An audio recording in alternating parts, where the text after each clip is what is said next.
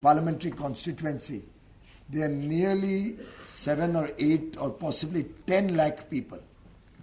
More than 10 lakh actually. I was calculating from the smaller household perspective. In the villages usually it's slightly higher.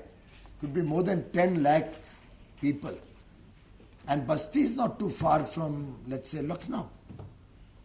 And then when I see another neighboring state from Uttar Pradesh, where from the state capital, you can drive out 4 kilometers. 4 kilometers from the capital of the state. And people don't have electricity 7 decades after independence. And that reminds me of my own father who had to, incidentally, now you call it IIT BHU, but in those days the Banaras Hindu University. And probably at that time IITs did not exist in the 40s when my father was studying there. He's a mechanical and was a mechanical and electrical engineer from BHU. But he studied all his schooling days under street lights because they didn't have energy didn't have electricity in their homes. So that I always felt was a connect. My grandmother used to tell me when I was young and encourage us to do better in life, giving these small tidbits of examples. And in some sense, then I feel blessed that I have this opportunity to hopefully solve this problem in the days to come and reach this energy, give this, and it's no more a privilege, it's actually the least we can do for our brothers and sisters, to give them energy access. So in some sense, I actually feel grateful that I have this opportunity to work towards reaching energy to the last man standing, to the poorest of the poor. And what can be more appropriate than the fact that we have named the scheme to reach energy into the villages after Pandit Deendayal Upadhyay, whose 100th anniversary, Jan Shatabdi, we celebrate from 25th of September, later this month. And Pandit Deendayal Upadhyay, when he articulated the ideology of Janasangh, the party, the predecessor to the Bharatiya Janata Party, to which I belong and I believe in, where he spoke about Antyodaya and reaching the benefits of development, reaching happiness to the last man on the street, to the last man in the villages, the poorest of the poor. And access to electricity, I believe, can be a game changer in the lives of the bottom of the pyramid, as Amartya Sen also articulated. So in that sense, getting energy access, saving the health of the poor in these villages, ensuring they get better quality education, better quality healthcare, this composite human development, what Pandit Deendayal Upadhyay ji called integral humanism, Ekatma Manavvad, where he said happiness cannot be related only to wealth, and progress cannot be calculated only with the amount of gross domestic product that you have or the per capita income that you create for your people. It will ultimately have to be the quality of life. It will ultimately have to be a holistic development of the human being that should be taken into consideration. And in that sense, the fact that India over the years has not been a profligate, wasteful country. Our DNA, our entire culture, our tradition, our heritage speaks about being frugal. Not necessarily frugal in a sense of being miserly. Frugal in the sense we do not believe in waste. We do not believe in wasteful consumption. And that is the Indian ethos. Today we are talking about climate change. Today we are worried about what will happen in Paris. The world is extremely concerned about greenhouse gases, climate change, possible problems going forward to the planet, changes in temperature. But should one look at the India story, India is one country which is, by its very nature, it has evolved over the centuries as a country which believed in minimizing waste, a country which believed in utilizing whatever is generated. And every aspect of human life, if you look into the villages of India, traditionally, demonstrate our concern for the environment, for the planet, for the environment, for the forests around us. After all, it's not a matter of religion, but we did treat every human being, every living being, even the trees and plants and animals, everybody with respect. And in that sense, when the world is concerned about climate change, we can hold our head high because of the fact that we never polluted the climate in the first place. We never polluted the planet in the first place. We were always conscious of our responsibility. It took the Western world maybe 200 years to realize what damage they have done to the planet. For India, and that is aptly demonstrated by Professor Vijay's book, for India, even way back as in 1897, when they must have set up the first biogas plant in Matunga, there was a concern for even the manure that comes out. How we can process it, how we can reutilize it, how we can ensure it doesn't leave out the methane into the air and cause greenhouse gases. So, Professor, you've actually done me a great favor today by articulating to me that in every small way, even in my being born and grown up in Matunga, there is some connect which brings me back to my work.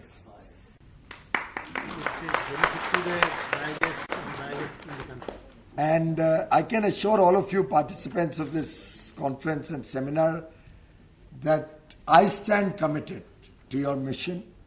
I'm extremely delighted that you are developing the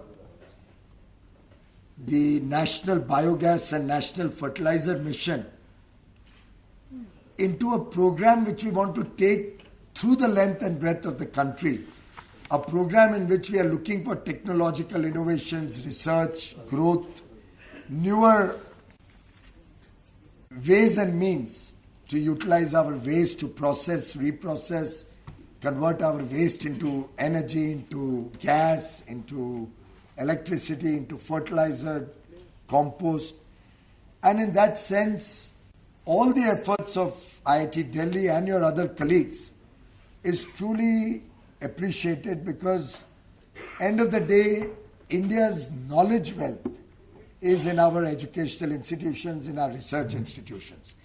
While driving to IIT Delhi, I was asking Professor who had come to meet me, receive me, about the potential research that we can do in this area. And one of the points that came to my notice was that a lot more can be done if we were to integrate our efforts across research institutions, across IITs, with the ministry, and then within government amongst many ministries. I'm happy to inform you, ladies and gentlemen, that we have only reviewed this last week, where we have discussed amongst the stakeholders in the industry, amongst academics, amongst different departments of the government of India. And I am hoping that going forward, all of us can work in the spirit of Team India that Prime Minister Modi often articulates and cut down a lot of the bureaucratic delays, the delays in approvals, delays in understanding of new technologies. And towards that end, possibly, Varshaji, we could look at I think in the course of the day, if you all can come up with something or in the next few days, let's plan that by middle of October, we work out some methodology which encourages more research and innovation, which respects scientific freedom and the ability for a scientist to think out of the box, experiment, falter and go wrong 99 times. I don't mind. Possibly 9 out of 10 scientists may never come out with a developable or a research which can be applied.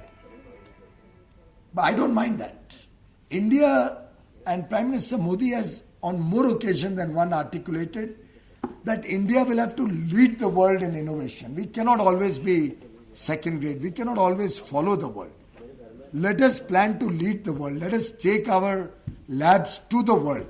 Why should NASA be run by Indian scientists and Indians only look for better research coming from the West when we have the talent pool in our country? It's about giving them the facilities, it's about giving them the opportunity and the respect for their ability to think differently. Why don't you, by middle of October, draw up a framework which can make it easier? I can understand in government the processes can be difficult. There can be a lot more challenges in assessing a scientist's abilities and capabilities. While of course we do have scientists in the government also. But then they start working within the framework of government rules and procedures. I'm just wondering whether we can have an independent or an autonomous system which involves some members of the government but also eminent scientists, eminent researchers, eminent academicians, and let them decide what the research has to be. Let them take up programs all across the country. And should we require more funds for that, we can pool the resources of science and technology, petroleum, power, MNRE, and try and work out a system where, if I may say, dhakke nahi khane pade scientist ko.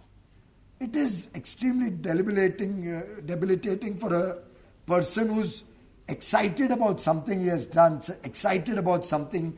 Sometimes some people have come to me with research projects.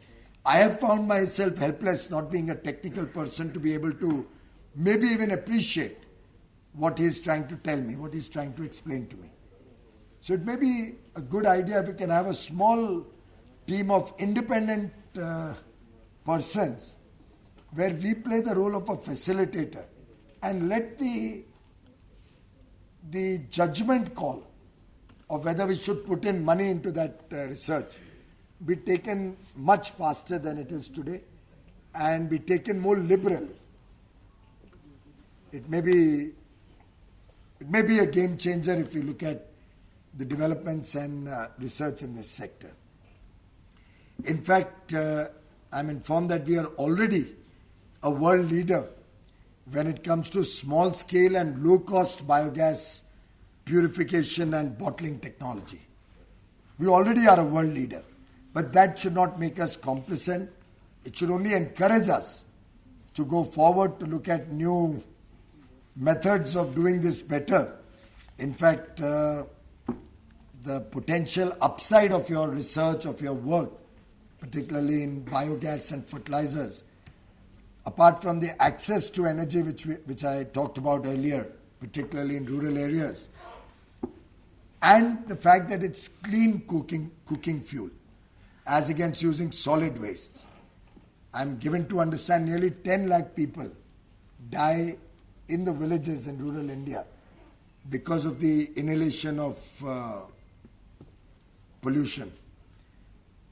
I don't know what happens to the children of those families in that small hut, also giving out fumes through wooden heating. I would hate to even imagine what kind of a life we are giving these children, what kind of a beginning, what kind of damage to their lungs in the initial years of their life. So clean cooking fuel is a very, very important ingredient. And of course, then one could also dovetail it with income levels of the poor. Could it be dovetailed with a program where we have maybe a common cattle shed in a cooperative type of venture, where the villagers can keep their cattle so that they are also taken care of. Their fodder is provided for, there's a shelter for them. And within that common shelter, you could have breeding for expanding the bovine population. You could have a common milk processing center so the farmer can come in, take the milk, put it into a processing center where it gets processed and goes into the market. And I'm given to understand there are a lot more ways to bring in an economic activity around such a center, along with the ability to produce gas and maybe give it to the few homes in and around that area. So let's try and look at a model which makes this whole activity not only great for reducing the greenhouse gases, and I'm given to understand if we process the manure or process the waste into gases, we could actually reduce the greenhouse gases by nearly 4%. But let's try and make an economic model out of it so that it's a standalone, viable entity, viable venture, not dependent on government, and can be scaled up faster across the country. Of course, there's also a dimension of waste management that naturally comes to mind, because I was at Gulmarg in Kashmir the other day, a couple of months ago. Such a beautiful tourist place, such a beautiful snow-clad mountains all over the place. But the stench of the horse waste was unbearable. And it actually killed all the joy of a day that I had taken off. So these are the learnings that we get, and this should in fact enthuse us to be able to find some solutions. Varsha, you must look at something for Gulmarg quickly. So it's a beautiful place which we should develop as a tourist destination. Of course, there's the advantage of crop fertilization that can be easily demonstrated through converting bio waste into fertilizer. And amongst all of this, let me assure the industry that it's not as if we are focused only on solar or wind and the large plants. If at all there is greater and deeper focus, it is on energy access and power for all across the length and breadth of the country. And towards that end, there can be no two opinions that we will have to ensure the decentralized power production across villages, across India, and biogas, fertilization, bioenergy, all of these experiments, or let's say these small producing entities, to my mind can become a way forward, can create generation of employment for our youngsters, can add to the incomes of the villagers, and in a larger perspective will also further demonstrate to the world that when we talk of INDCs in Paris, the intended nationally determined contributions, when we talk of India's plans for reducing carbon emissions, when we talk of India's efforts to leave behind a greener planet, a cleaner planet, which Prime Minister Modi said is an article of faith, not only for him personally, but for the government of India. At that point of time, our heritage has demonstrated our commitment to the planet, and going forward in the future, this generation will lead the world in our efforts to clean the planet, to leave behind a cleaner environment, and India will never be found wanting when it comes to being a world's responsible citizen. Thank you very much, ladies and gentlemen.